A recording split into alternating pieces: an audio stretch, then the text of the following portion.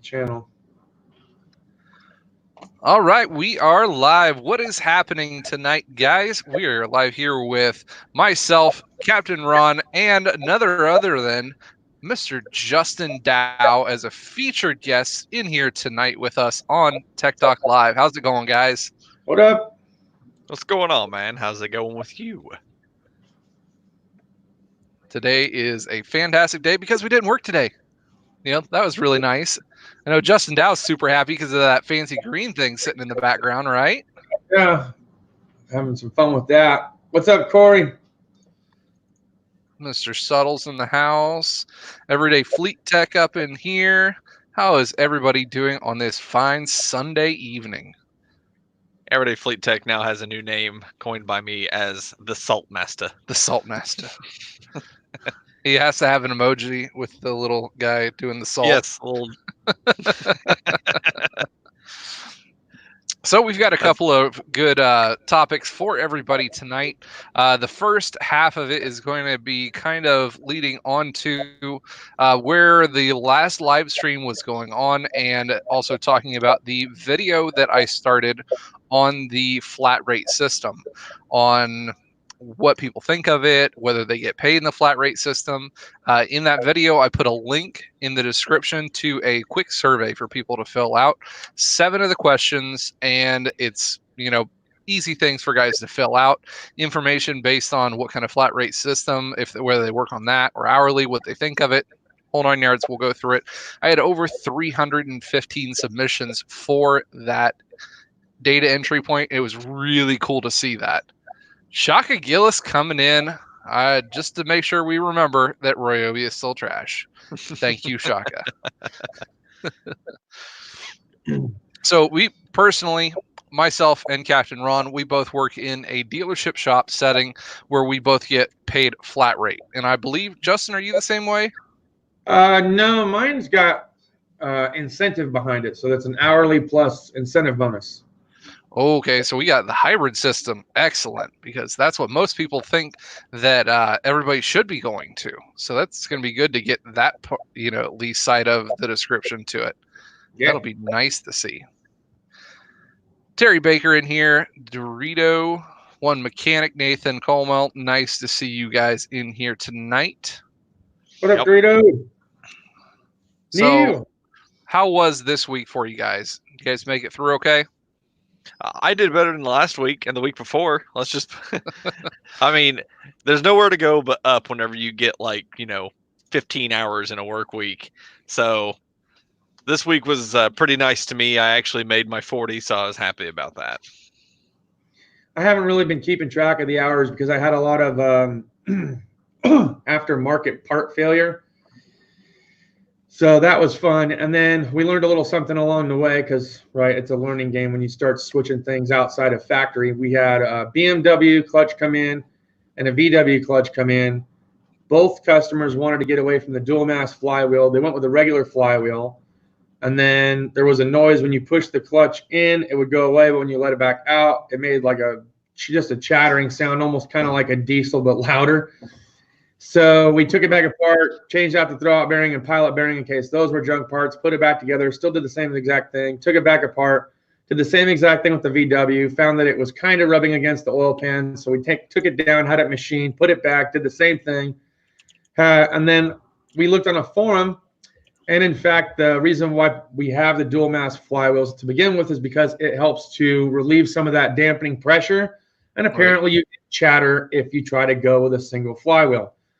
So I had to learn the hard way, doing it 2 times to the VW, and this is my 3rd time now with the dang BMW. So, man, like I said, keep it factory. Stop messing with stuff. Oh, I see that one all the time, especially in the Dodge world. A lot of these guys, they have these, big old Cummings in their truck, and they want to hop up some of their horsepower, and they get it tuned. And then once they get it tuned, all of a sudden they're like, "No, I need it eaten, or I need a triple disc clutch, and everything to it." And I'm just like, guys, you realize you only have with a tune like 400 horsepower, like at most. and that's it. So having a triple disc clutch is not going to do anything but wear your leg out and eventually wear the input shaft out of your transmission. But it's those high horsepower guys, they got to have them fancy parts to spend all their money on. All right, more power. Yep, more power, baby. Nothing wrong with a little bit more power. Well, yeah, if you've got all the rest of the stuff to go along with it. The problem is Right. everybody doesn't want to put all the corresponding parts to go along with it to give it the more power correctly. That's just overrated. Mm-hmm. All right, well, let's get into some of these responses. Like I said earlier, I did the video on the flat rate system. Nice to see that Justin doesn't get paid flat rate because that's what evidently most people really, really hate.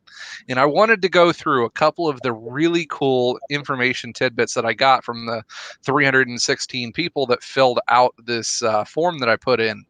If you guys haven't seen it, you guys can go over to my flat rate video posted 2 videos ago, and there's the little link to the form on that one. So 316 people filled out this survey. 69% of the people work as an automotive light vehicle technician. Just most of the other ones, you had 4% in light duty diesel, 9% in heavy duty or equipment diesel. And then a whole bunch of other ones and twosies from that. Looks like a lot of the people who are getting paid the most money in the industry right now work in California and Texas, which, not really that big of a surprise there. It also costs a lot more to live in those states too. Mm-hmm. True story. Let's go down this. What part of the flat rate system do they fall under? So 45% of all of those technicians get paid flat rate. Only 25% of them are paid hourly. And then I had also asked the question that, are you happy or do you agree with your form of pay system? So if we break that down and we look at all the guys who said they were flat rate, of that 43% of the total people, they said that they work on the flat rate system.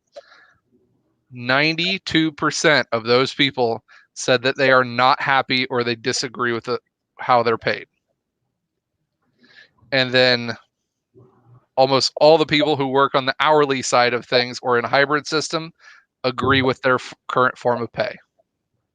Yep. So that just goes to show you how much people really, really hate the flat rate system. Now, here's the best part that I thought to the whole survey was on what they think the worst part of it is. I asked, it promotes corner cutting, it's unfair to the technicians, the warranty time on it, stress or anxiety that you feel about making hours, or none, it works just fine. So what do you guys think that the top one of that would be? I'm going to say stress to make hours because that's how you get paid. And if you don't got a paycheck, how are you supposed to put food on the table? That was probably one I'd probably go with. Mm-hmm. Captain? Well, Captain can see the answer, so Oh. and plus we talked about this earlier in the week, so I already know what the answer is. But if I didn't, I would have to agree with Dow that the stress of making time and making your hours is probably the biggest thing about flat rate that people don't like. And you guys are on right there with that one. 39% of people said that the stress of making your hours was the worst part about getting flat rate. And I myself would have to agree with that because that is the worst part about Mondays and Tuesdays. Mondays and Tuesdays are horrendous when you're trying to get into work, you're trying to get a good portion of your week started, and it starts off in a horrible way. We got Matt. So Duke and I just donated $10. Says he has a 2005 Chevy Equinox, overheats in an idle. When driving, throws cold air, then warms back and forth. Was told it's a head gasket. Your thoughts? Water pump and thermostat have both been changed. My personal thought on that one, talking about the heat portion of it, back and forth, that means you have an air pocket somewhere in your cooling system. So you have lost or are losing coolant someplace. Mm-hmm. The Equinoxes in those, depending on which engine you have, they are kind of known for head gaskets. That would be one of the first things that I would check. I'm not going to condemn it 100%, but a coolant leak is definitely in the system somewhere. Yep. Or if you just had the water pump and thermostat installed, somebody Maybe didn't properly bleed it. Yep. Yep. Air that in could the also system be it. still. They didn't bleed it out correctly. The Chevy Venture is by far one of the worst vehicles to ever have to bleed. Oh, Chevy Ventures. I hate that damn thing. My mom had one of those, and that was the worst thing ever, trying to work on that stupid van. Everyday Fleet Tech just put out a really good point. He said if you look at the suicide rate for technicians, it will shock you. The stress of flat rate only adds on to this. So when I had looked that up before, prior to getting into the automotive industry, I actually went in for criminal justice. The only higher thing other than mechanics in general, and they didn't say automotive, diesel, or whatever, the only other highest stress industry where suicide was a major factor was police force or working on, in the police or in the army. Those are the highest stress factors that cause for the highest suicide rates. Yeah, I was gonna say I would have thought definitely military and police force for sure. Yep, Wouldn't think that automotive would be that high though. I think maybe like firefighter or a nurse or some kind of surgical doctor. I think those were actually tied into the same thing. Okay. I think it was listed as like public service. Okay. Yeah. Well, I mean, technically, we're public service too. I mean, not exactly. We aren't paid by the government. No, we're not. So we were talking about the worst part of the flight rate system, and since I can see the answers to all the stuff, I was looking through what people thought the worst part were, and you also gave them an option to put other, as they wanted to fill in their own blanks, and some of the ones that are on here I thought was kind of stood out to me. Someone said favoritism. That is another big one.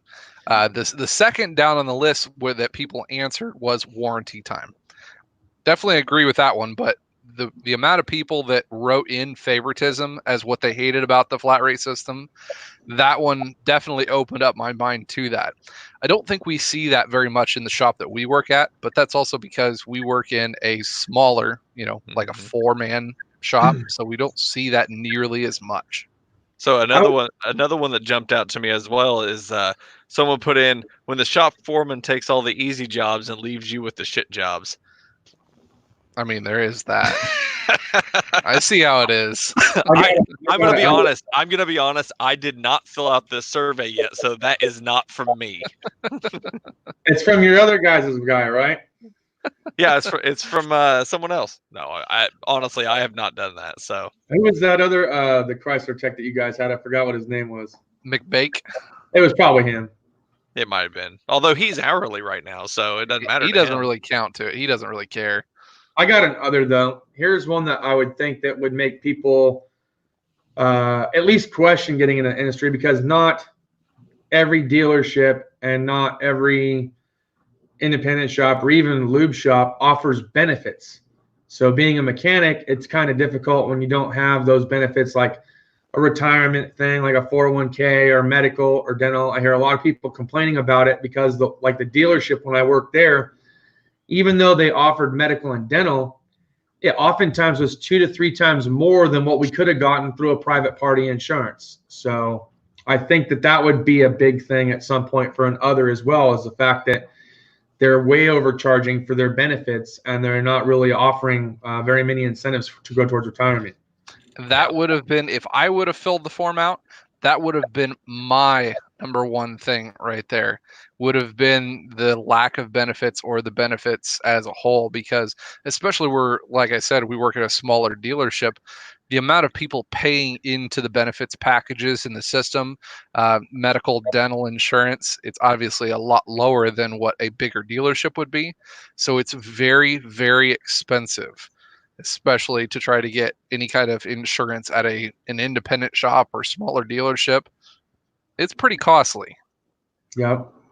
There's several responses on it as well that people wrote in all of the above. So it wasn't like honestly, they apparently couldn't pick from just one of the choices. They wrote everything. So favoritism, stress, warranty times, slow time and seasons, that kind of stuff.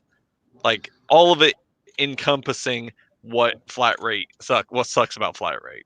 Right, and we could see that more, the warranty times more with obviously dealership technicians. Now, do you guys see, Justin, when as working at an independent shop, do you guys find yourselves fighting a lot more with aftermarket warranty companies on their own times that they try to, kind of shovel down the line? Yeah, well, it's not so much our battle because the ones that we have that when we get our stuff covered in a warranty, the companies actually back the stuff. It's the warranty that the whatever company that the customer bought the parts from and brought to us, where the customer has the issue and they're only willing to cover half the cost of labor to have it done again because their part failed. I've noticed that. Yeah, that's a big part, or especially if it's major repairs, something where an engine or a transmission is covered under their warranty. The actual warranty company wants to provide the part rather than us trying to get it on our end locally. And then how many times have you seen a freaking junkyard engine show up or a junkyard trans show up as the supplied part by these warranty companies? Mm-hmm.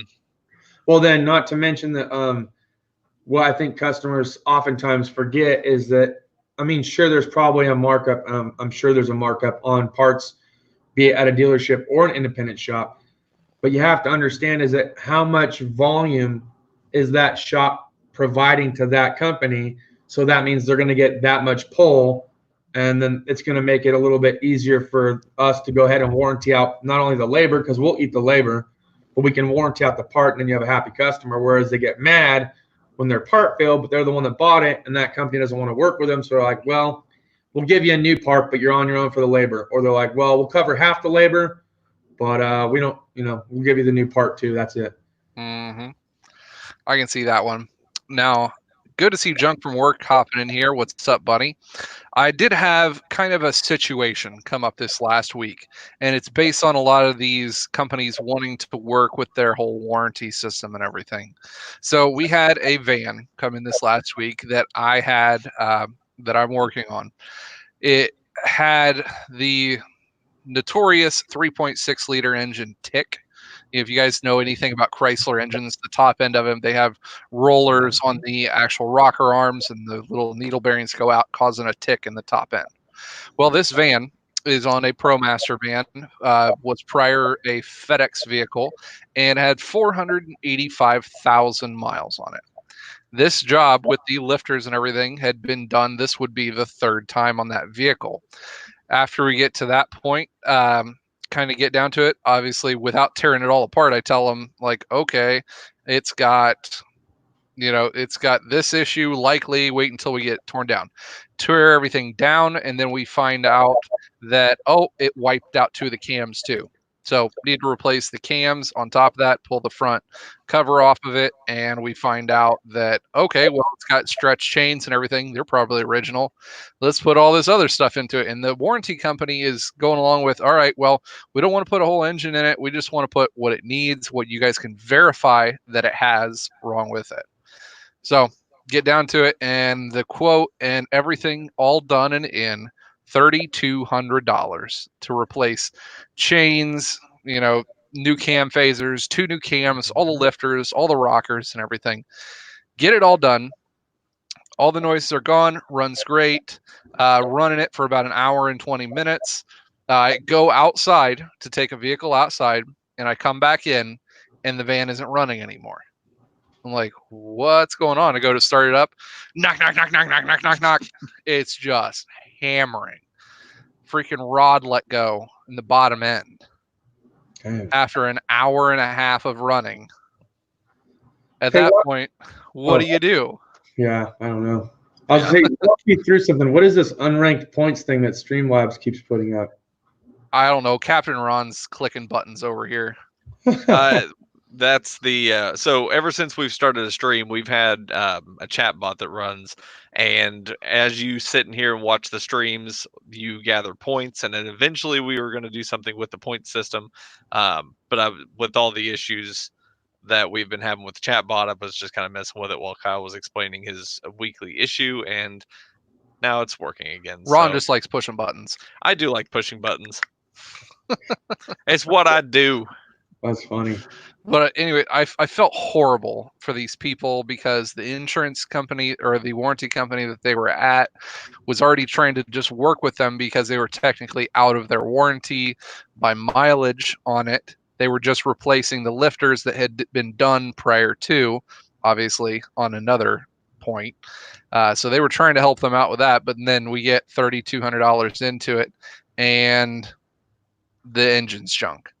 So now they have a 2016 Promaster with 485,000 miles that they owe $3,200 service bill on, and has a junk engine that is going to cost $5,500 to replace. And they owe over 15 grand on it. Yeah, they're in such a bad place on that vehicle. It's not even funny. I felt so terrible with them at that point. And that's another point that just, wow. I felt horrible with that one. And my boss was like, wow, we're gonna have to take care of this, for someone, because it was in here for the service work. I'm like, it was nothing that we did. Like, they just had a freaking rod let go after an hour and a half of running just fine. We're just like, wow, that's just like the worst bad luck and bad luck of timing. Just a bad coincidence is all it is. Mm-hmm. Yeah, that really, really sucks for them. Any new cars coming up with Chrysler? Like, what do they got? I know they had the Gladiator, last year, year before last? They got anything new coming up? I think they're focusing a lot more on the additional things that they can get for them, because this is kind of an in-between year. There's not really any big remodels or anything coming yet this year. Next year there's going to be more, but you are going to see a couple little ones, just in the way of different model formats, kind of like the Charger is going to get a wide body Hellcat version of it that just come out. That one's kind of coming through. Couple little refreshes here and there, but no big new models to speak of that we know of right now for that one. I'd like to see a Comanche, and not something that's shaped or looks like the Gladiator, but you know what I mean? Bring back a little pickup truck for the Jeep guys. That would be kind of cool. That would be kind of cool. I mean, I've seen talks online of them bringing back like the Grand Wagoneer and the Commander, bringing back a Commander at some point, but nothing really set in stone. Matt Phillips, no, we don't really get very many engines reman stuff from Jasper unless it's a part that is recommended by a warranty company, because working at the dealership, a lot of the times that people are coming through, they want Mopar certified parts, so they go with a Mopar certified reman engine or a new Mopar engine.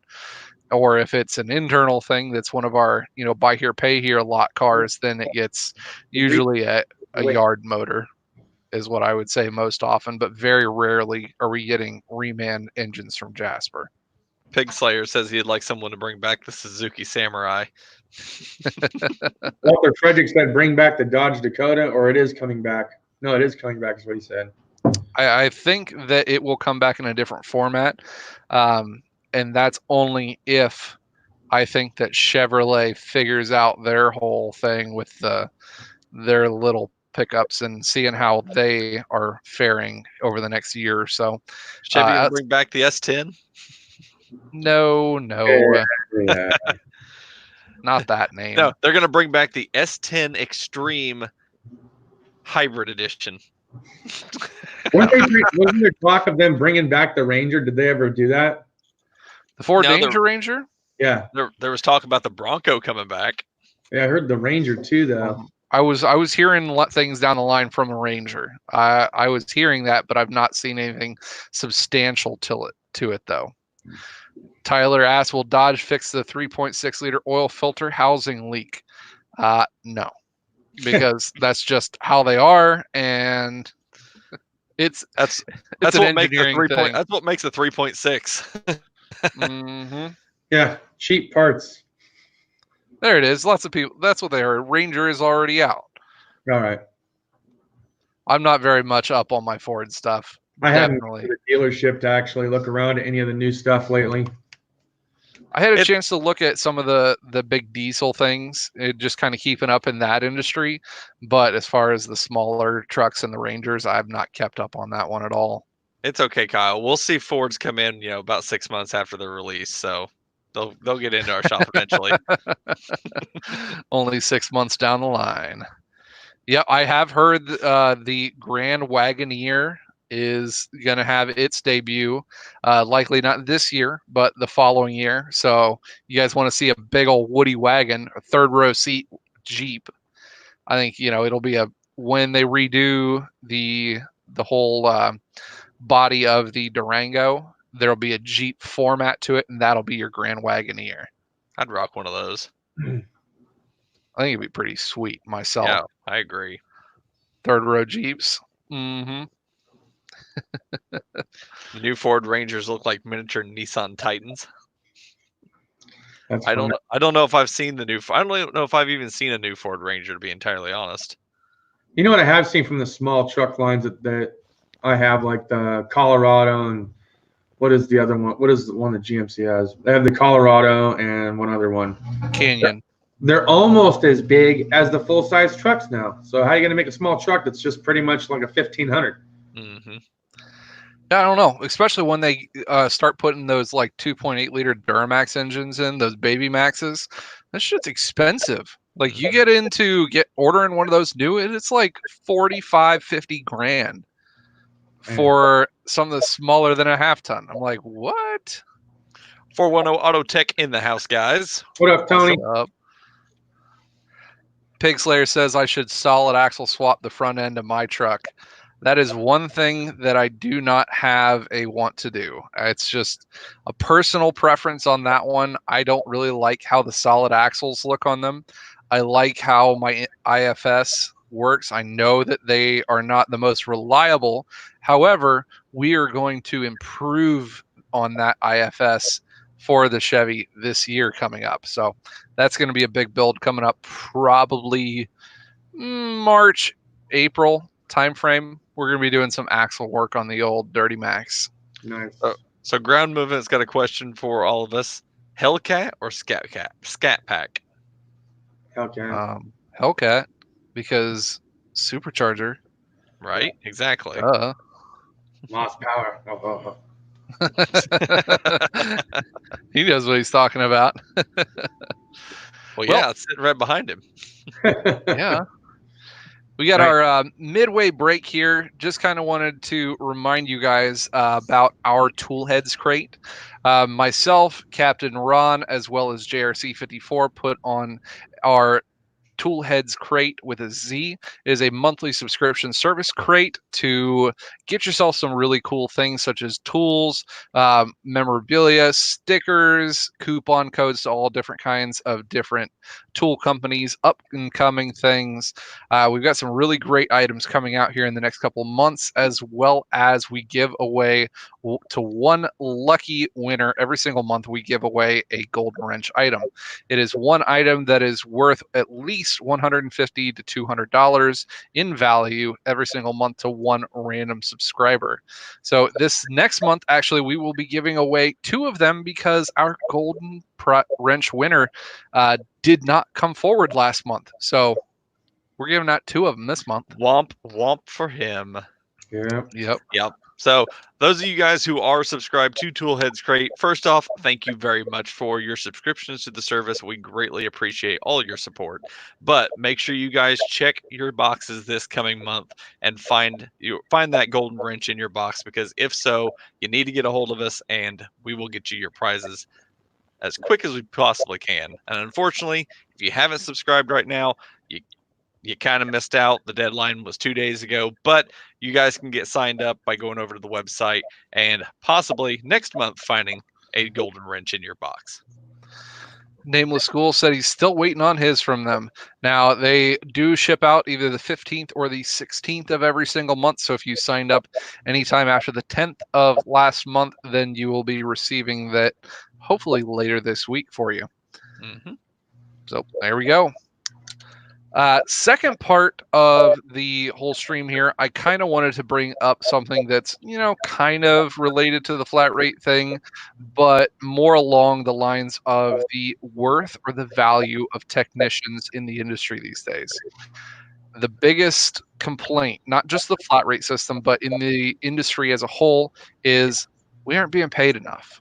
And I think both of you guys will agree with that one. Am I right? At least it depends on the situation, obviously, where you live. But I would say I agree with that for like the starting pay. Because if you've been at the job long enough and you do a good job, you can actually move up fairly quickly to a decent pay. Now, granted, you're not going to make what a doctor does. And some people could argue that we should be making at least 6 figures. But I'm just saying, realistically, I think they do need to bring up the entry level pay, because a lot of people, and it's been like this for years, are still only willing to start you at $10 an hour and then see what you can do before moving you up. And I think that stinks. I definitely agree with that one. The biggest part, I think, is when somebody comes into the industry, at least in our area, which is definitely a cheaper part of the industry than a lot of other states. And they come in, and a lot of these smaller dealerships, just for hourly technicians, lube guys, they're wanting to pay them like $12 an hour.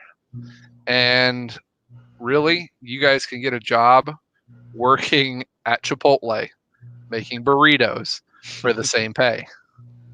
Plus, you get free food. Yeah. How is that fair? Free Chipotle. Well, even when I started off at Sears some 10 years ago now or whatever, they the starting wage for me at that point was $5.15 plus commission, or $5.75 plus commission, and that was based on tires and oil changes. And if you didn't break your commission, you got paid $7 an hour. Now, from what I was told, a few years back, that Sears still hasn't changed their pay scale too dramatically much, and that it's kind of around the same thing, about $6 at the entry level, plus your little commission, and most guys really only average between $8 and $10 or $8 and $12 an hour. Man, that is a joke, especially when you guys factor in that here in the U.S., 98% of the technicians around here, they have to pay for their own tools too. Yep. I mean, if you guys watch some of the starting channels, I know Captain Ron did a couple of early ones to it, and McBake also did as well, on tools that you really need to get into the industry with. Mm-hmm. Even with like your beginner's basic tools, you're still going to be spending like $800, $1,000 between like a small tool cart and all the basic tools. Yep. Easily. That's kind of crazy. That's easily a rough estimate. I mean, if you go to like Sears or Harbor Freight or Lowe's or something like that and pick up, off-brand tools that you can get at discount prices or whatever it might be, you're still going to be spending quite a bit amount of money just on tools alone. Not to mention, you got to have a way to store them. So therefore, you're going to need some sort of rolling cart, or you're going to need a toolbox or something like that. And it just stacks up pretty quick. I would say that it goes in there's 4 different tiers, I would say. You have your, you got a job as a mechanic. You have your initial, big coin drop where you have to have at least a starter kit and something to put it in, right? So there's that. And I would say depending on where you're leveled up or how well you're leveled up, I would say you probably spend the most money buying specialty pliers, screwdrivers, all that other stuff within your first 5 years. Then I would say as you move up even higher, between your 5-year and 10-year, now you're starting to stack up all those specialty pullers and specialty tools for various engines and transmission jobs that you're doing and so forth. And then I think after 10 years, it just kind of tapers off to where maybe there's one intricate thing that you don't have that could help you with this one situation, but you've pretty much got to where you're pretty satisfied and within that 10-year time frame as far as building up your tool collection. At least that's how it's been for me in my experience. Unless you're like me, who just has a thing for tools, and I just can't stop buying tools, I'm even if gonna I don't really need them. completely agree with Kyle on that one. That he gets on the tool truck and he's like, "Oh, this works on a 1943, blah blah blah blah blah, and I'm gonna use it. Maybe never, but it's a nifty tool, so I better buy it." I would agree with that. There's always something that I see that I like that I might want to add to it, but I know that it's a lot fewer and farther between than it was my first 10 years, if that makes sense. I agree with that one, and I think this is going to be the year where my mentality has started to change towards that of, wow, I could really find some other, shiny things to be able to spend all my money on. I really like the tools, I really do, but I don't like paying the tool man nearly as much anymore. Like, I don't think I've bought anything. I bought one thing off the Snap-on truck in the last month and a half, and that was a jacket. Yep. And that was it. Yep. Was And That's it the least the one I've with spent. built-in warmers? Yes. How is that? I love it. So I had last year I purchased the hoodie, the pullover hoodie that was the heated one. Mhm. And I really like that one, except the fabric on that one, it's starting to get the, little cat balls and stuff where it just kind of, especially on the elbows and the high wear areas, it kind of broke down a little bit fast. The cat balls. Yeah. Like if a cat were to like stick its claws into it and kind of scratch it up. That's funny. It's kind of like that one. But I ended up getting the newer zip up style one this year to see how much different that was. And I think I'm actually going to do a video between that one, and then I've got the Milwaukee hard shell one for that one.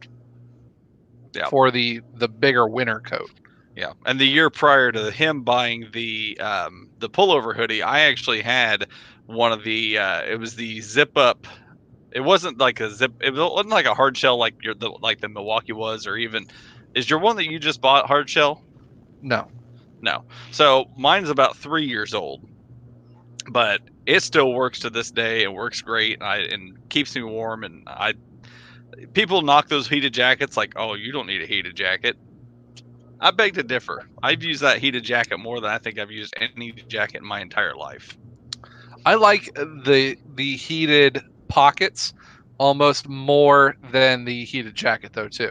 See, I don't use my heated pockets hardly at all.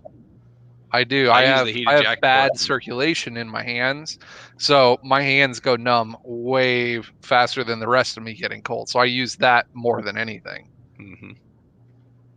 Just me. Milwaukee heated hoodie is on its 3rd year and doesn't heat up anymore, but the light illuminates. Oh, that sucks. Well, I told you how the weather is here before we started it, that it's all place. In the morning, it could be 34, 36 degrees. You're freezing. You got your thermals and everything on. Then around like noon, somewhere around noon and 1, it jumps up to like 55 to 61 degrees. And then it jumps up closer to like 65 or 67 going towards 2 or 3 o'clock. And then it tapers back off down to about 40 to 38 degrees at night. And you're just like, you can't tell if you're sweating or you're freezing. You start sweating and you're wet. So then when it starts to get cold, you're really cold. Jeez. Everyday Fleet Tech said that he is on track to be tool debt free by August and can't wait.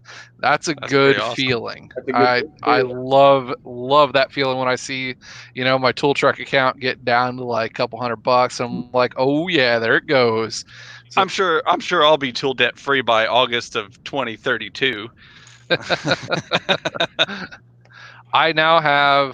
I only owe like $110 on Snap-on, and I owe about $200 to Matco right now. I'm not even going to begin to really tell you what I actually owe. Well, also, the way that they describe how much you owe them, I think, is ridiculous because they put all the interest on top first. Mm-hmm. So I think you owe them around $500 or $5,500, something like that. But it shows that I owe like $10,000 or $11,000, and I'm like, God dang, this thing's never getting paid off. Yeah, if you pay over the next 3 years that they want you to, yeah, you're gonna pay for that one. Mm-hmm. And the amount that they charge on interest on those things, man, I think Those it's like tool trucks. 17.99 is the lowest APR, and I think I'm sitting at like 18.99. So I'm not sure what it is on Mac and Matco. Snap-ons, I've got the best interest rate that they can do, and or I did. It was like 3 months ago when I paid that one off, and it was at 9.95%. Jesus.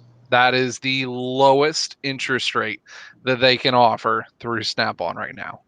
I was just like, wow. I don't think I've ever heard it be that low. Yep. That's what mine was.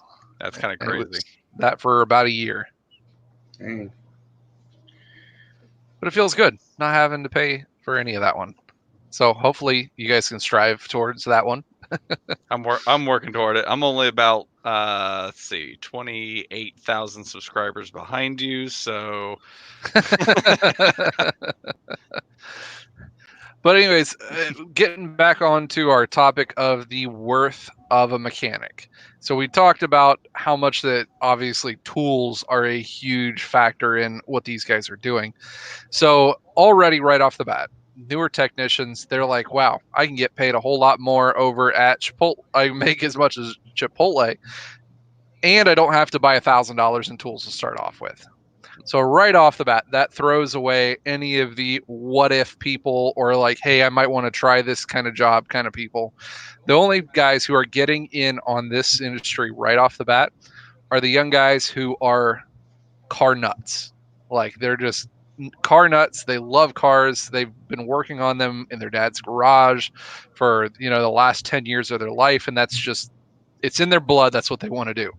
So I think that's good that we're getting a lot more serious applicants come in for newer technicians, but the amount of them is so small nowadays that they're having to offer so many more incentives to be able to get guys to, at least come in. I mean, hell, we've had an Indeed thing out at the dealership that we work at for, I want to say, going on a couple months, and we can't get any people to apply. I mean, we got one that said he's got great penmanship. That's true. They did say that one. Oh, look, there's McBake late into the party, but he is here. Hey, what's up? Y'all talking about me? Of course we're talking about you. This is where we talk about you. I'd say just for a change of pace, if my automotive career died out and I needed to find something else, I wouldn't, and with the tools and everything else that I have, I wouldn't mind actually trying to look towards being a motorcycle mechanic. But, it's the same exact question I get with new guys. Do I have to have schooling for that? And, with automotive, I think it's a little bit easier to get your foot in the door with automotive than it is motorcycles. That's just my opinion. Mm-hmm. If I was to have to leave the automotive industry, or if I wanted to, I think there would be two other, I guess, little areas that I would think I would like to go to. One would be an HVAC tech. That would be the second one. And that one just because they have very, very good benefits to what they do. Either that or an electrician, some kind of specialty person right there, because they have great benefits. They're usually have really good unions working behind them. When you see a good union working, and those are some of the industries which you see them. But I think the number one job that I think I would go after would be YouTube, an insurance adjuster or a warranty claim adjuster. No, I'm not. I don't think that I will ever trust YouTube to be a 100% payment. Yeah, it might get up there to where, it could be a pretty good paycheck, but who's to say Google just one day decides, flip a switch, oh, there goes payment on all of YouTube. Guess you guys are all done, out of a job. I don't like having my life, if they wanted to completely destroy YouTube, then that's how they could do it. But I don't think they'd ever do that. But I mean, I get what you're saying. It's just kind of like the old adage that it's one of those things you can't rely on it month to month to have a steady paycheck or anything like that. So, yeah. Oh no, not at all. Unless you've got a multi-million subscriber channel that ever like Dude Perfect or something like that. That's getting views every single day. Or if I'm doing shows on like TNT with Stacey David, I'd be okay with doing that. Now that would be cool. That would probably be my number. Right. Jump into some kind of television automotive mechanic thing. That would be freaking cool. I would love to do that. Yeah. One of my biggest idols. One of my biggest idols on TV that I grew up watching was Stacey David. If I ever got the chance to do a show with Stacey David, that would be like, I did that. I got there. I made it. I'd like to do Chip Foose. I have a feeling if Kyle did a TV show, we'd be watching it on loop here at the house nonstop. Yeah. It's funny you say Chip Foose. So when I went to SEMA this last year, we stayed at the Westgate, and evidently he was staying at the same floor that my wife and I were staying at the Westgate. And we ran into him in the elevator probably 3 times back and forth. Did you talk to him twice? Or did you stand there like kind of shaking like, oh, no, the first time I did. The other 2 times I was like, hey, been seeing you again. And then the third time, we actually had a conversation. That's so cool. It was kind of cool to see. What did you talk about? We talked about how big the show was and how overwhelming it is. Nice. And you're like, yeah, my channel's kind of the same way. This guy here. But like I said, the one job that I would go back to if I would kind of look for first would have to be a warranty claims adjuster. The guys who come out for the aftermarket warranty companies and kind of can see through all the technicians' BS and how they try to undercut the warranty companies for the times or what they're getting. They're like, oh, it's got a main bearing failure in the bottom of the engine. It's torn down, and you can see these rotational swirl marks where they took a freaking grinder to these bearings. They're like, oh, really? That's what you're trying to pull, huh? There was a job that my boss had for a little while, and he was telling me about it, and it sounds like a really kick-ass job, to be honest, but it was or it was my former boss rather. He got it through Toyota. He got his bachelor's and it was like business, but he had his automotive. So Toyota picked him up, hired him with like a 6-figure starting, was like I think he said it was $125,000 or $130,000 a year. Gave him a car, moved him down and his whole family down to California. They want to say it was maybe in the San Francisco area or something like that. And his main job was to go from shop to shop and basically tell them how to set up their shop to be more proficient. I was like, that's freaking cool. And he said he did that for like 10 years before he became a college instructor. I mean, that could be a pretty cool job. I mean, it's kind of like Restaurant Impossible, where they go in and tell you how to fix your restaurant and how not to be shitty, but it's in the automotive world. Mm-hmm. Now, the dream job that I'd love to have would be one of those how the celebrities have their huge car collections, to be the curator or the lead mechanic at Jay Leno's garage. Oh, yeah. God. That'd be cool. Would that be the sweetest job ever? Today we're going to be working on a 1902 steam car, and then tomorrow we're going to be working on his Ferrari F40. How's that guy not have a YouTube channel? Exactly. Their lead mechanic. Like, that is like the mechanic of all mechanics in the world. How do we not know his name? Oh, I'm pretty sure that Jay Leno's standing there going, you get no recognition, fix my cars, and you'll get paid well. Just shut your mouth, That's pretty true. That is probably one of the highest paid mechanics in the country. Probably makes him sign an NDA about it, what is it? Yeah. We got an NDA. Well, it'd be like Keanu Reeves, where he started up his own motorcycle company. What's it called? Arch. I'm sure that his mechanic could do all kinds of videos on how they put that thing together, but they did the behind the scenes and everything else. I'm sure that guy's probably the #1 paid motorcycle guy for sure. Mm-hmm. Oh yeah. And some of the guys pointing out some of the TV shows that you see for a lot of these kind of mechanics things. I kind of got an inside view into that, into talking to quite a few people at SEMA who were on some of those TV shows, the big Discovery Channel ones and stuff. And you would be surprised at the stuff that goes on in the background of how little that those mechanics or the guys who own those garages are actually able to do on that channel, and how much the television show has a say in exactly what happens every single episode. Oh, I guarantee. I mean, it's just, well, I mean, like you said, I mean, it's a TV show. They want it to be somewhat scripted. They got to have certain things happen to, create drama or create suspense for that TV show. So, they're not going to let them do everything all willy nilly. They got to have some sort of structure to it. There was only one other show that I talked to, like 3 or 4 of them while I was there, and there was only one show that had their own backing and was not actually run by whatever channel, and that was Toy Makers, Toymakerz. They're on the History Channel, and it's a pretty good show. They make some pretty crazy stuff, but they were one of the only ones where he does all the film crew.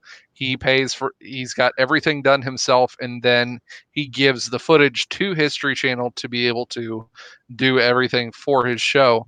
But he is the boss of what his own stuff does. Everyone else, Discovery Channel or History Channel, sends their own film crew out.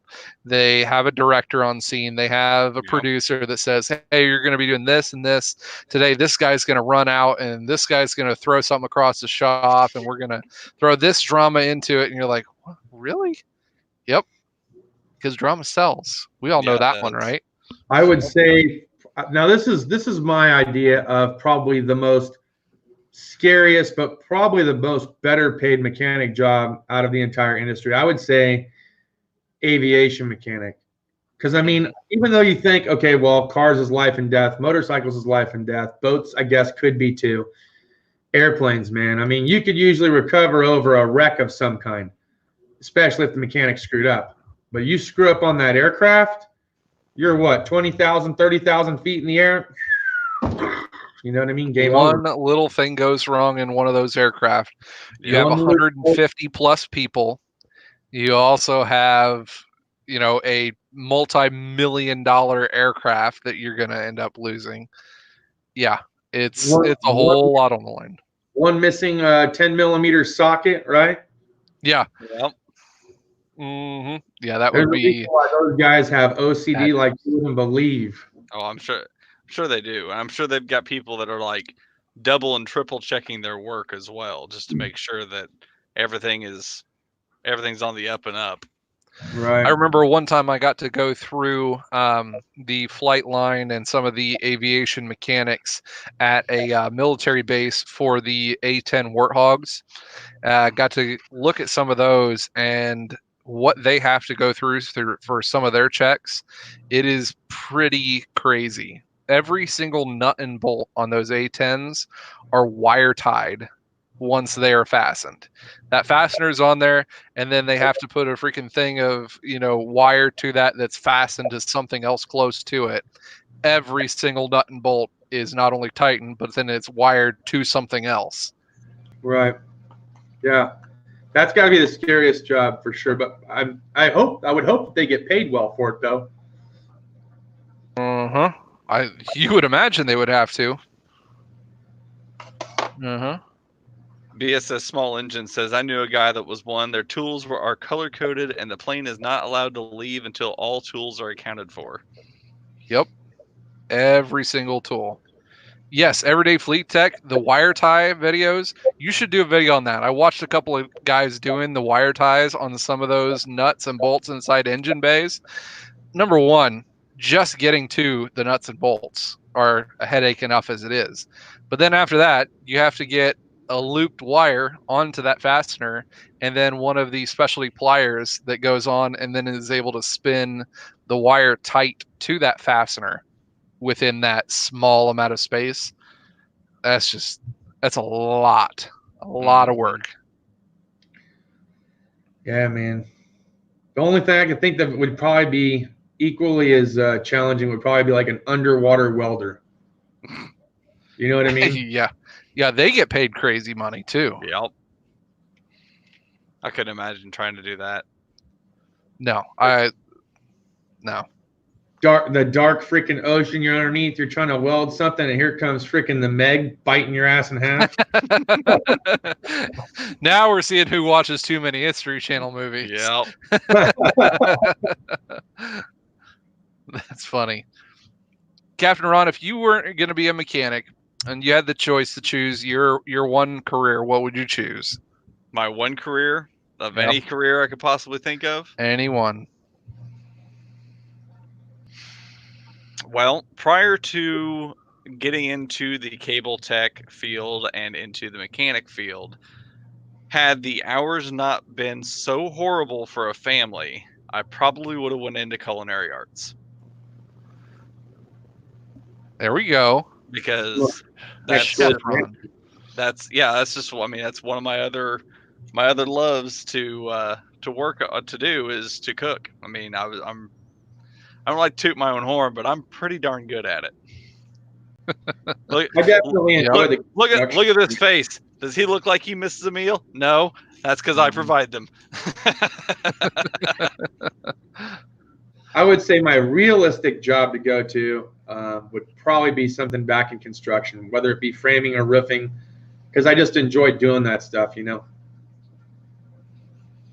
But what about that one job that if you had the availability to get, what would you choose? A pilot. I'd like to be a pilot. I want to fly. What would you fly? Commercial airline. Commercial airline? Yep. When I was out of ladies high and gentlemen, school, this is your captain speaking, Justin Dow. To your left, if you look out your window, you'll see the Grand Canyon.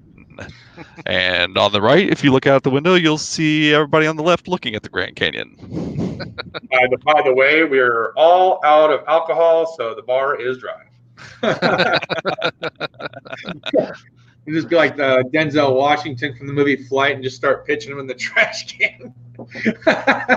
You guys got this on autopilot, right? That's funny. I think right out of high school, there was another time that I really wanted to be a pilot also, but I wanted to be a helicopter pilot. Mm-hmm. I thought that was one thing where if I ever won like one of those massive lotteries, one of the first things that I would do is I would get a helicopter and I would learn how to fly a helicopter. So something funny in chat. AgTech45 said he wants to be a porn star. And then Zephiel said, flat rate porn star?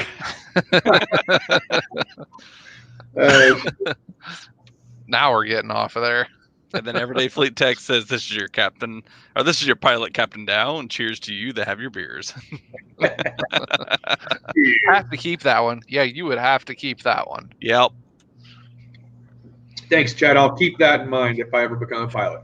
We know you had a choice in airlines, and you made the wrong one. Mm-hmm. Rob Ettinger said, thank you to all three of you, plus Kuhn Trucking and JRC. He started out in this field 2 years ago. We have helped a lot along the short journey so far. Thanks for what we do. Appreciate it, man. You're welcome, sir. Glad we can be of service. So speaking of the channels, you guys got some fun stuff kind of planned coming up. I know Dow's got a big green machine that he's going to be rolling some fun cam footage on, aren't you? Oh yeah, I did some filming today and then yesterday as well. I'm trying to tie it together, but this video is going to be a little bit more intricate. It's going to take a little bit of time because some of the GoPro footage from me riding around for the first time is quite lengthy because I went all over the place. Sweet. Infamous Cornholio said, can you guys discuss hourly plus style pay, or maybe what you do when there's just not any cars at your shop? And I think Mr. Dow will probably be one of the best ones for that one, since that's how you do get paid, is hourly plus commission. Yeah, so for me, if there's no cars at the shop, I focus my energy on cleaning the shop up for a little bit, see if something comes in, if we don't get a walk-in or something like that. There's no commissional bonus behind it. I'm okay with what it is that I'm already making hourly as it is. If there is a commissional bonus behind it, well, then I'm really happy at the end of the payday, especially if I break the hours that I'm there for or what have you. I will tell you that there have been moments where it's been just that dead or not enough work where I've actually offered to go home early just so that way I can do other stuff, because I know where I'm going to be at the end of the week if I miss a day or a half a day. So I can, if I miss 3 half days because we're just that dead, I'm still doing all right. So in some cases, I'll offer up to go home half day, and then I'll focus on something else. I don't know, YouTube video, spend time with the family, ride, whatever I want to do, clean up, get caught up here at the house, stuff like that. So I guess it just depends. I mean, if your boss is sending you home early every single day, though, and I had that happen when I was at the Chrysler dealership, and same exact pay rate, it was still hourly plus commission. It sucked. It got to the point where it wasn't even worth being there. I think I was making $200-$300 every 2 weeks because I just kept getting sent home within 2 hours of being there or 3 hours of being there because it was just that dead. Mm-hmm. Speaking of other guys jumping in here, we've had a couple of more appearances from Clay Kuhn and Jay Young in the house also. Good to see you guys hopping up on in here, getting in on the chat skis in there. So what about you there, Capitan? I have got a video coming up of another tool truck video. People were very pleased with my Snap-on tool truck video. So upcoming this week, we're going to be taking a tour of our Matco guys tool truck. There you go. We're going to be doing that. That'll come out sometime in the middle of the week. And I had people request about how to do podcasts and stuff like that. I may do a video over that. Don't know. Let's just see how it goes. Sweet. So I think I'm going to do a follow-up video on the flat rate video that I did and giving out all the information that I ended up getting from people. From the information that I ended up getting from everyone in that survey, it was really cool stuff to see, but it made me want to ask more questions, I guess it would say, seeing that, probably 92% of people who work on the flat rate system are not happy about it. So we're going to probably make another one to ask, what kind of things that we're going to be looking for in a pay rate system on what would be the best, I guess, move to make in the industry as a whole. Whether it would hold up or not, I don't know. That's kind of what we can have, conversation with. That's one of those things. Now, obviously everyone hates the flat rate systems, but then looking into just plain hourly. If you guys, talking to Ron and Justin in here, were to see a shop just go to straight hourly, what would be, I guess, some of the bigger positives and more along the lines of negatives that would make you want to go to another pay system also? I would say the positive would be that depending on what they paid you, it would be consistent, something that you can rely on. But I think the negative would be what they would pay you, because if they decided to make it just hourly and what have you, what if they only decide to pay you $15 an hour and that's all you're going to get? And what if they only increase your pay 25, 50 cents, whatever the annual pay rate is for January? It's just, you're not going to have much fun. It's not going to be beneficial, and you're going to spend more money than you're making money by buying tools and junk. And it's just like, at what point do you say, like you said, forget it, I'm going to go work for Chipotle? That's true. Yeah. And I mean, going along with the hourly system, I mean, and this is something we just came out of, was the fact that we didn't have a whole lot of vehicles. We didn't have a whole lot of cars coming in for the last couple of weeks. So having the hourly system whenever your shop is slow is going to be beneficial, because you're going to be getting paid regardless, because you're going to be on the hourly system.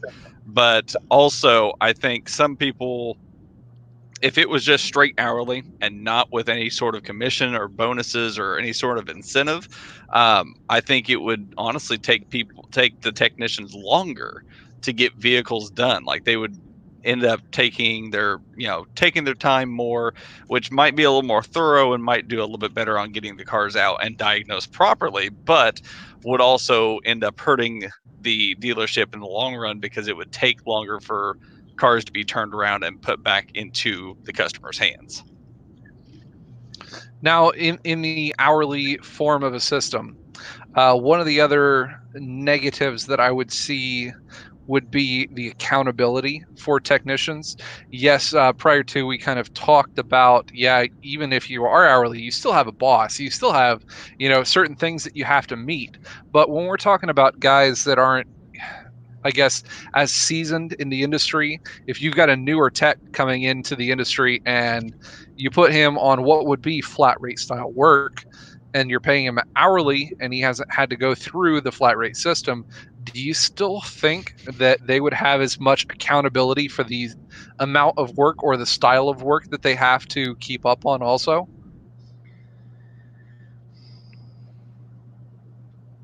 I'm not sure. I am not sure either, to be entirely honest. I mean, I would say that the one, and that may be a little bit off topic, but would say, I don't know about you guys, but my dealership nor the independent shop, nobody pays overtime. And I find that it's kind of interesting because a lot of other establishments, whether it's retail or fast food, they'll pay you time and a half for overtime. They'll pay you double time on holidays. Mm-hmm. Why is the mechanic industry the only one that doesn't do any of that? Yep, I definitely agree with that one. The flat rate system does not pay that. On top of that one, there's a couple of other weird little intricacies towards the flat rate system, at least from what I found most guys being paid. What about your paid time off, your vacation time? Yep. So, that's kind of hard to throw in there. And a lot of these bigger industry dealers, they don't keep track of a lot of your hours. So they just say that, okay, normally you're clocked in for 8.25 hours each day. So that's what you're going to get paid on your days off. Now, how many times during your flat rate pay days do you actually, only do 7 or 8 hours? Right. Very, very few. Mm-hmm. So when we get paid on our time for our paid days off on our vacation days, I actually lose money those weeks. Yep. So that really sucks. Some of the other nice dealerships that I've seen before, they do have to where the office ladies or whatever, the ones that are keeping track of all the hours, they keep a tally of all the hours that you guys do every single week, and they actually keep track and do an average, like, okay, for the last 6 months your average for the week is like 49 and a half, so they would go off of that amount for what you guys would get paid for your paid time off. Makes more sense to be able to do it that way, right? Yep. Mm-hmm. But again, a lot more of the stupid. What is going off in the back? Dow, your laundry's done. I gotta move it over to the dryer, but I'm just gonna turn the button off for now. It's singing to him.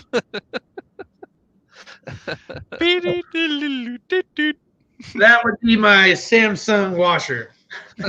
My mom has one of those, and every time, I'm not used to it, every time I go over there, I see it, I'm like, I'm pretty sure that washer's been going off for like 5 minutes singing you a song. I'm pretty sure it's wanting you to do something.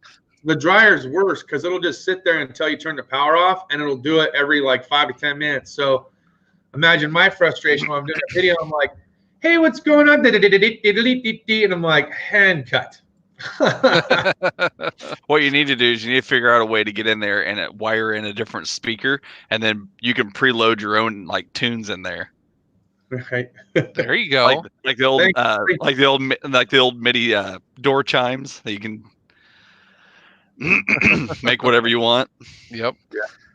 Another question, since I know we're going over a little bit on time here, but we've still got like 100 people in here and we've got lots of questions. And one of the questions that somebody asked actually kind of drew me into one that somebody actually sent into me this last week on an email on my opinion on the differences between A, B, C, and he even threw in D level technicians because he's trying to fill out applications for some of these job postings that are asking for certain level of technicians. And I know that actual rating system is not an industry standard by any means, that we don't know that, okay, only A technicians does this, and this. It's, it's not known 100% for sure. So in your guys' minds, what is your view? We'll start off on a C tech. Well, I'm not familiar with the scale, so I don't even know if like an A tech is good, and if you're a D tech, if it's like grades, if you get a D, are you a bad tech, or? I've actually answered this question before in a past video. I think it's been about a year and a half since I talked about it last. So I'm glad that you brought it up. But I think that it solely depends. Now, there is one specific area, but there's different areas. Like you guys at the Chrysler dealership, you have your HVAC, your electrical, then you have your powertrain for like transmission. You have those classes you have to go through. Then you have your engine and then your chassis, right? So you got all these different classes you got to go through, which moves you up from a 0 to a 1, from a 1 to a 2, and then 2 to a 3, and then you can become a master if you're ASE certified. So the way that I break it down and look at it is when I think about ABCD tech, what I think about it is I think about it almost like Chrysler mentality. If your sole job is steering, suspension, brakes, anything else that has to do with chassis, then your level of knowledge, so if all you know how to do is brakes, you'd be a D tech or level 0, maybe even 1 if they allow you to do it, right? But if you can do shocks, struts, alignments, and brakes, then maybe you're in the C area. And then if you can pretty much handle most anything that has to do with the steering, suspension, and chassis system, maybe you're a B. Now, if you can diagnose noise, vibration, and harshness concerns, plus be able to have a thorough understanding of the hydraulic system and the steering, and know what it is that you need to do in order to fix it, then I would say you're an A tech in that category, and that's how I would break it down. I don't think there's just one whole D, C, B, A, etc. So there's no clear. So what you're saying is there's no clear cut lines that say you're an A, a B, a C, or a D. It's all different. It's all relative to your position. Okay. Yeah, and especially on that, and when people argue about pay for each of those, obviously that's very relative too. Now, when a lot of the guys ask me that, how I kind of throw it into the whole bucket right there is I would say I don't put a D tech because I've not heard people actually ask for a D technician. But if there was, that would be literally the guys doing just oil changes and sweeping the floor. If there was a D tech, I think that's what that one would fit under. A C technician, if I hire that one on, usually in our part of the industry, they're getting paid hourly. They're usually doing oil changes. They're doing tire rotations, maybe some of the smaller alignments. They're doing minor brake jobs. They're not doing any kind of, major stuff until they start moving up. And obviously there's going to be transitional phases between the two. But then when you go up into the B technician, the B technician should be able to be a part swapper for anything. Like you should be able to point at anything on that car or say anything on that car and say, hey, I want you to change that out. And they should be able to at least figure it out and do it on their own. They have to have more knowledge of, shop key or Mitchell systems to be able to figure out the R&R of things on their own without having to be, their handheld to be able to do that one. So they can do any of that. And then they're also getting into minor diagnostics. They know basic skills with a meter. They could track down blown fuses, shorted out circuits to some extent. That's about where they're going to be. Then when you bump up into the A technician, that's where you start, like you were saying, they have full knowledge of 95% of the systems, or they have a knowledge enough to be able to figure that out from Mitchell or whatever system if it's not a manufacturer that you're used to working on. And they also have the ability to do major diagnostics. They've got specialty tools for cylinder leak down, fuel pressure testing. They know how to use wiring diagrams proficiently. They're actually doing pinouts and they're doing the flow chart tests from A to Z without having any hiccups, as well as not really having any comebacks either. That's just my view on the A, B, C, and sometimes D part of the system. So with that system, there's no real set on like I keep going back to Chrysler where you have your specialized training and all in different fields and stuff like that. It's not really, yes, that's kind of thrown in there, but it's not a hard line on what an A or B or C technician would be. Correct. Yeah, there's not really any hard line because it's not really an industry standard. Even though on job listings, that's what a lot of people really put down on these job listings is, hey, looking for a B technician. Well, what's your version of a B technician? Mm-hmm. So then they have to go in on that point and do a description on what they're actually looking for. Kind of a pain, but I think that the industry should come out with at least some kind of standardized ideas for that one. Makes I don't sense. know. Maybe that'd be another video guy for everybody to kind of take up in the automotive part of YouTube here as our views on that one. I know Dow said you did one. Maybe you'd link that one sometime this week also. We could see what that one was about. All right. Sweet. I think if I'm not mistaken, I made it pretty easy. I'll have to go back through and rewatch it. I'm pretty sure I said pretty much the same thing, but I think it's called ABC, What You Want to Be. He comes up with the good names. That is a good title. I won't lie. It's all that, and it's got the fancy 90s rap style for the actual pin link. Right. My era. There That it was is. ABC. Yeah, you know me. Roman asks, what about the ASE standards of that one?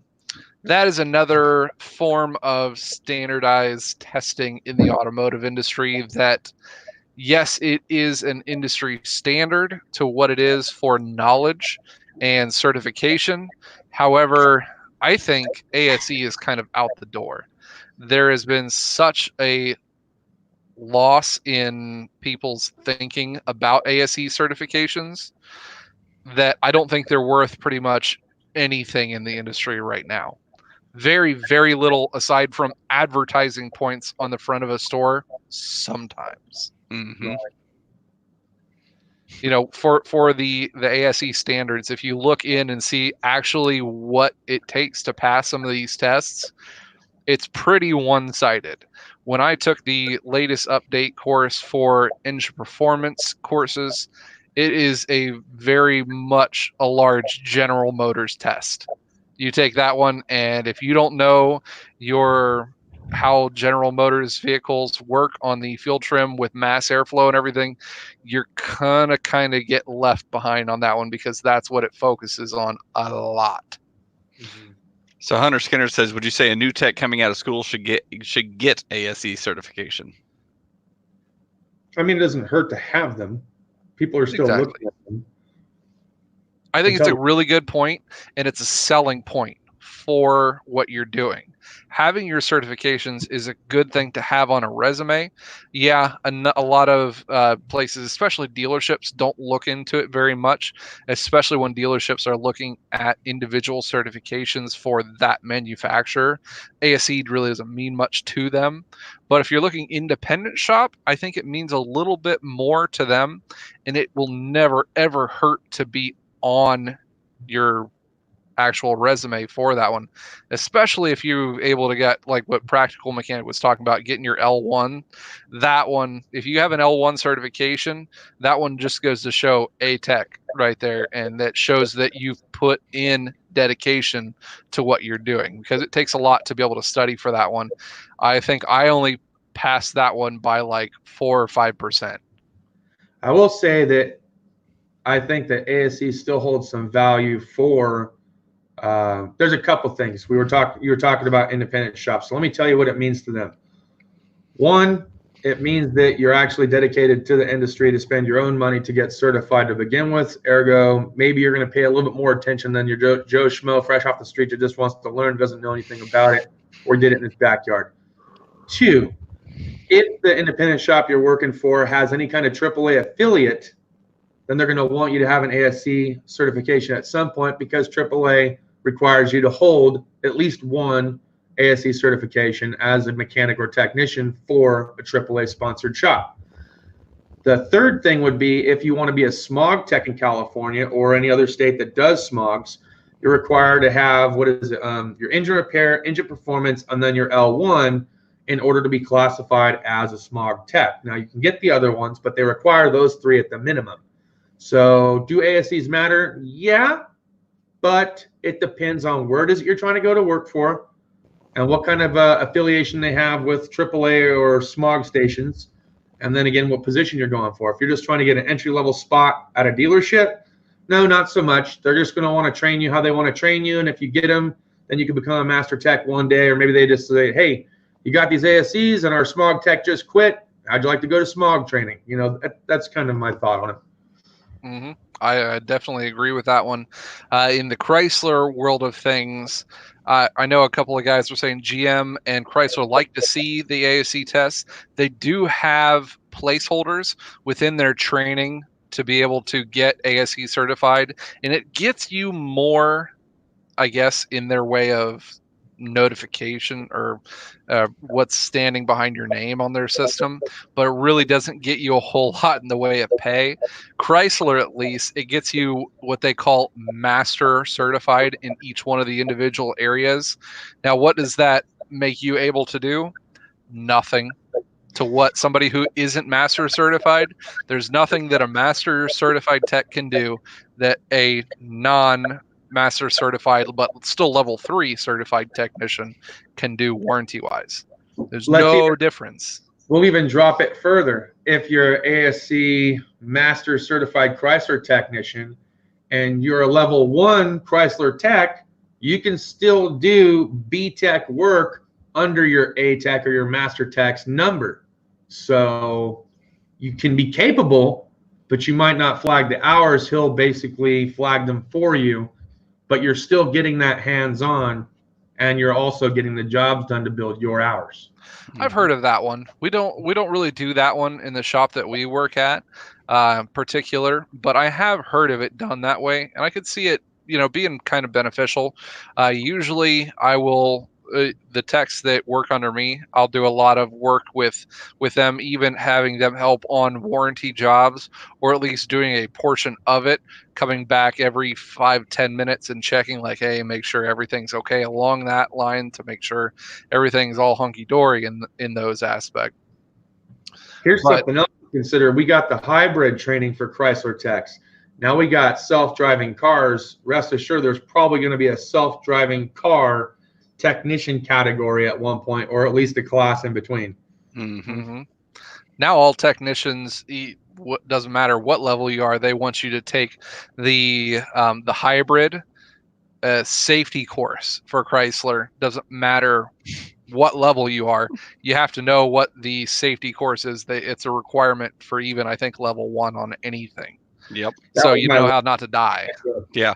I mean, when I was going through school, one of the last courses I had to take was a hybrid course where they basically, go over all the hybrid systems, teach you about them, how they work, all that kind of stuff. And then I got out of school and not a month and a half later had to go to an FCA classroom for a hybrid course. Mm-hmm. Because the one that they taught me in school was not accredited to FCA, so therefore I had to take almost the exact same course again about a month after I got out of school. Mm-hmm. Now Chrysler does give you something extra for being ASE certified. When you get that master certification status, you get 175 extra bonus points to spend on FCA group apparel at the end of the year. What? Dude, right there. That makes you want to go take all those ASE courses, doesn't it? I'm going to sign up right now. That'll be a whole nother video in and of itself, is Chrysler's format of giving bonuses to all of its employees. Technicians get crapped on so bad when it comes to any of the bonus points compared to salesmen and guys who do any of the stuff up front at the dealership. They get way more for anything they do. George says you also get a cool toolbox magnet. Yeah, there you go. You do get a nifty magnet. I thought it would be cool. Like, you guys used to do, so Chrysler used to do magnets after you'd been Chrysler certified for So many years. 2-year, 4-year, 5-year, 10-year, etc. They didn't do that, man. I was like, where's my 2-year badge? They didn't give me no 2-year badge. They're like, oh, we stopped doing that. I'm like, There was a couple of years in the middle where they offered it, but you had to spend your points on that magnet to get it. Yeah. So it wasn't just automatically sent to you. You actually had to spend your certification, points and money that they give you to get a plaque that says you were certified. How about that one? What my goal was, and what I thought would be really cool, would be to be all badged up. ASC certified, master patch to gold, and then you had the undercar specialist, and then you had your advanced level. I was like, dude, just up and down my sleeve. I just thought that'd be cool. I got my magnet. He's got his one. I got mine somewhere, but the only one that I did get, I didn't get no Chrysler point. I got that, and I got a Chrysler certificate, a piece of paper.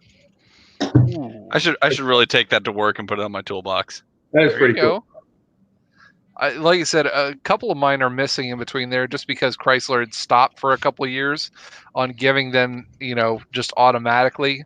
But I think now they've restarted that program as of a couple of years back, where each and every year you get one of those magnets for the certification status. Should I hang up my plaque too? Look at that fancy thing. It's always nice having a metal man, right? Right. Oh, damn. I didn't get that shit. I got a piece of paper. I know. I didn't get that either. Wait, you mean this one? You know what it was? It's I didn't because get that. first part of his name, Captain. They're like, fuck, he's an officer. We got to give him something nice. No. You know what? You know why I got this? Here's the reason why I got this. This was a specialty award that got me a duffel bag.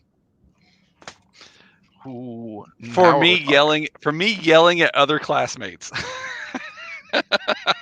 Awesome. And for doing that and for doing YouTube videos for the school. That's what got me that award. That's pretty cool. All because of YouTube. Yep. All because of YouTube. Yep.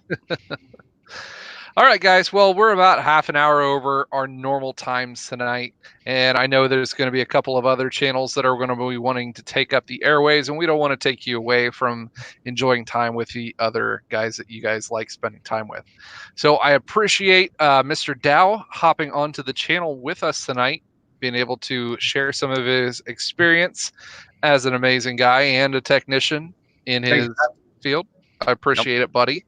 And if you guys haven't subscribed to him, make sure you guys go over to his channel and make sure you guys give him a subscribe. We're having a lot of cool motorcycle footage coming your way. Oh yeah. I'm sure we'll be getting lit tonight and jamming out. There we go.